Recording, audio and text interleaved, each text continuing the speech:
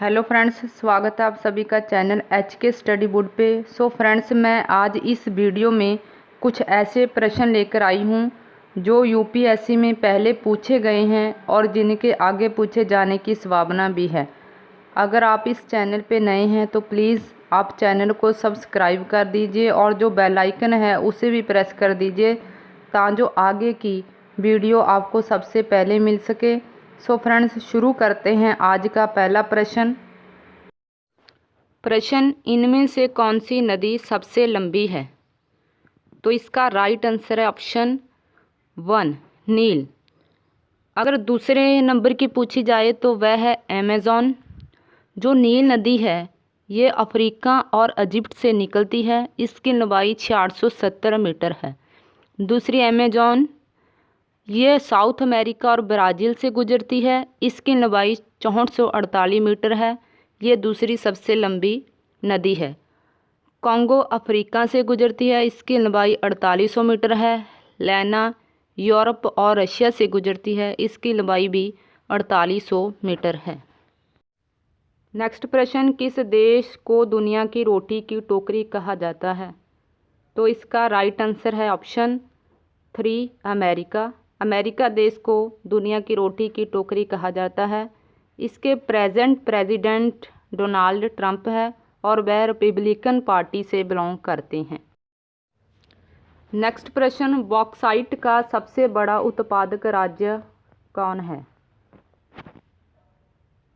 तो इसका right answer है ऑप्शन 2 उड़ीसा। सो फ्रेंड्स, जो उड़ीसा है बॉक्साइट का सबसे बड़ा उत्पादक राज्य है। यहाँ पे बॉक्साइट के काफ़ी भंडार है। प्रेजेंट टाइम में यहाँ के चीफ मिनिस्टर नवीन पटनायक है और गवर्नर गणेशी लाल है।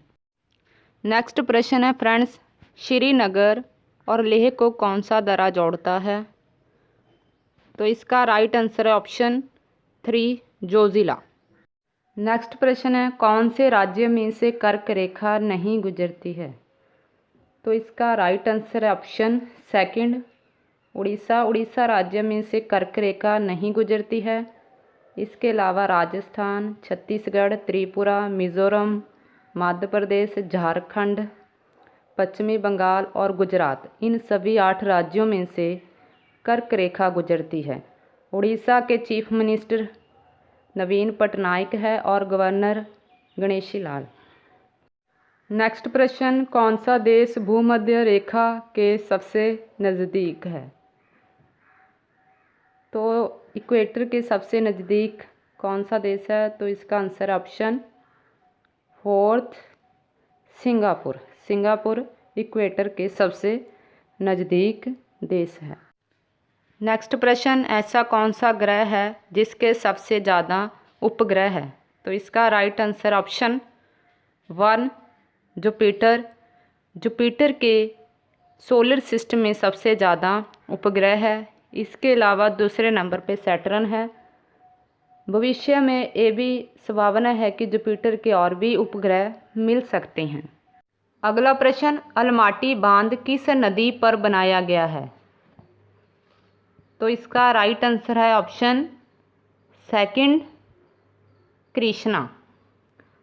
जो अलमाटी बांध है ये कृष्णा नदी पर बनाया गया है। अदर ऑप्शन भी डिस्कस करते हैं। मैटूर प्रोजेक्ट कावेरी रिवर पर बनाया गया है और ये किस राज्य में बनाया गया है? तो ये तमिलनाडु में बनाया गया है। सरदार सरोवर डैम नर्मदा नदी पर गुजरात राज्य में बनाया गया है। गांधी सागर डैम चंबल नदी पर मध्य प्रदेश में बनाया गया है। नेक्स्ट प्रश्न है, सबसे अधिक गन्ना उत्पादक राज्य कौन है? तो इसका राइट ऑप्शन है फ्रेंड्स ऑप्शन 1 उत्तर प्रदेश। उत्तर प्रदेश में सबसे ज़्यादा गन्ने का उत्पादन होता है। दूसरे नंबर पे महाराष्ट्र, फिर कर्नाटक और फिर तमिलनाडु आते हैं। नेक्स्ट प्रश्न है, सबसे पुरानी पहाड़ी कौन सी है? तो इसका राइट आंसर है ऑप्शन 1 अरावली। अरावली पहाड़ी सबसे पुरानी पहाड़ी है और ये गुजरात और राजस्थान के बीच फैली हुई है। अजंता को स्मॉलेस्ट हिल के नाम से जाना जाता है। ये केवल महाराष्ट्र में ही फैली हुई है? सतपुरा महाराष्ट्र और मध्य प्रदेश के विचकार है, शहादरी महाराष्ट्र और कर्नाटका के बीच फैली हुई है। नेक्स्ट प्रश्न है, टेहरी डैम किस नदी पर बनाया गया है? तो इसका right answer option 1 Bhagirathi. Tehri dam Bhagirathi नदी पर बनाया गया है।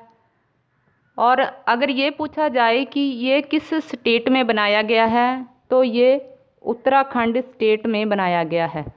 उत्तराखंड के चीफ मिनिस्टर त्रिवेंद्र सिंह रावत है और यहाँ की गवर्नर बेबी रानी मौर्य है। अगर ये पूछा जाए कि फूलों की घाटी के नाम से किस स्टेट को जाना जाता है, तो इसका आंसर भी उत्तराखंड है। नेक्स्ट प्रश्न है फ्रेंड्स, इनमें से कौन सी झील लगून नहीं है? तो इसका राइट आंसर ऑप्शन 4 अष्टामुड़ी झील। जो अष्टामुड़ी झील है ये लगून नहीं है। इसके अलावा चिल्का झील, पेरियार झील, पुलिकट झील, ये सभी लगून है। नेक्स्ट प्रश्न है फ्रेंड्स, कौन सा नेशनल हाईवे महाराष्ट्र, छत्तीसगढ़ और उड़ीसा में से होकर गुजरता है? तो इसका right answer option 3 NH6। NH6 Maharashtra, Chhattisgarh, Orissa, Gujarat, Jharkhand और पश्चिम बंगाल से होकर गुजरता है। बाकी अदर भी डिस्कस करते हैं। जो नेशनल हाईवे 4 है ये महाराष्ट्र, कर्नाटक, तमिलनाडु और आंध्र प्रदेश में से निकलता है। नेशनल हाईवे 5 उड़ीसा, आंध्र प्रदेश और तमिलनाडु में से गुजरता है। जो नेशनल हाईवे 7 है ये उत्तर प्रदेश, मध्य प्रदेश, महाराष्ट्र, तेलंगाना, आंध्र प्रदेश, कर्नाटका और तमिलनाडु, इन सभी राज्यों में से होकर गुजरता है। नेक्स्ट प्रश्न, इनमें से कौन सी खरीफ फसल नहीं है? तो इसका राइट आंसर है ऑप्शन 4 बीट। बीट एक रबी क्रॉप्स है। राइस, ग्राउंडनट, कॉटन, ये सभी खरीफ क्रॉप्स हैं। नेक्स्ट प्रश्न है, किस राज्य में अनुसूचित जनजातियों के लिए लोकसभा में सबसे अधिक सीटों का प्रावधान है? तो इसका राइट आंसर है ऑप्शन 4 मध्य प्रदेश। मध्य प्रदेश में अनुसूचित जनजातियों के लिए लोकसभा में सबसे अधिक सीटें यानी कि 6 सीटों का प्रावधान है। इसके अलावा गुजरात दूसरे नंबर पे है। गुजरात में 4 सीटें अनुसूचित जनजातियों के लिए लोकसभा में राखवी हैं। बिहार, उत्तर प्रदेश में ऐसा कोई प्रावधान नहीं है। मध्य प्रदेश के मौजूदा CM शिवराज सिंह चौहान है। यहाँ फिर से बीजेपी की सरकार बनी है। नेक्स्ट प्रश्न है फ्रेंड्स, किस आर्टिकल के तहत राज्य में गवर्नर की नियुक्ति की जाती है? तो इसका राइट आंसर है ऑप्शन 3 आर्टिकल 155। आर्टिकल 155 के तहत किसी राज्य में गवर्नर की नियुक्ति की जाती है। जो आर्टिकल 54 है इसके द्वारा राष्ट्रपति का चुनाव होता है। आर्टिकल 75 के द्वारा प्रधानमंत्री का चुनाव किया जाता है। जो आर्टिकल 164 है इसके द्वारा किसी स्टेट के चीफ मिनिस्टर और council of minister of state का चुनाव किया जाता है।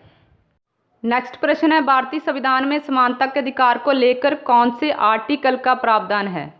तो इसका राइट आंसर है फ्रेंड्स ऑप्शन 3 आर्टिकल 14 to 18।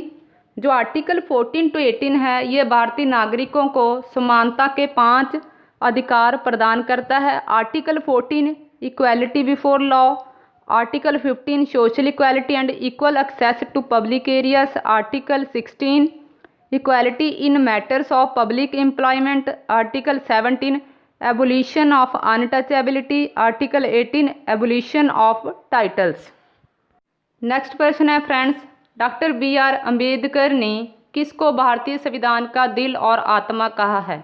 तो इसका राइट आंसर है ऑप्शन 4 प्रस्तावना। प्रस्तावना को डॉक्टर BR अम्बेडकर ने भारतीय संविधान का दिल और आत्मा कहा है। अगर ये पूछा जाता है कि पहले नोबेल पुरस्कार विजेता भारतीय कौन थे, तो ये थे डॉक्टर BR अम्बेडकर और इन्हें ये पुरस्कार 1913 ईस्वी में मिला था। और अगर ये पूछा जाता है कि भारतीय संविधान की ड्राफ्टिंग कमेटी के चेयरमैन कौन थे, तो ये भी डॉक्टर भीमराव अंबेडकर थे। अगला प्रश्न, किस देश में सबसे पहले औरतों को वोट देने का अधिकार मिला?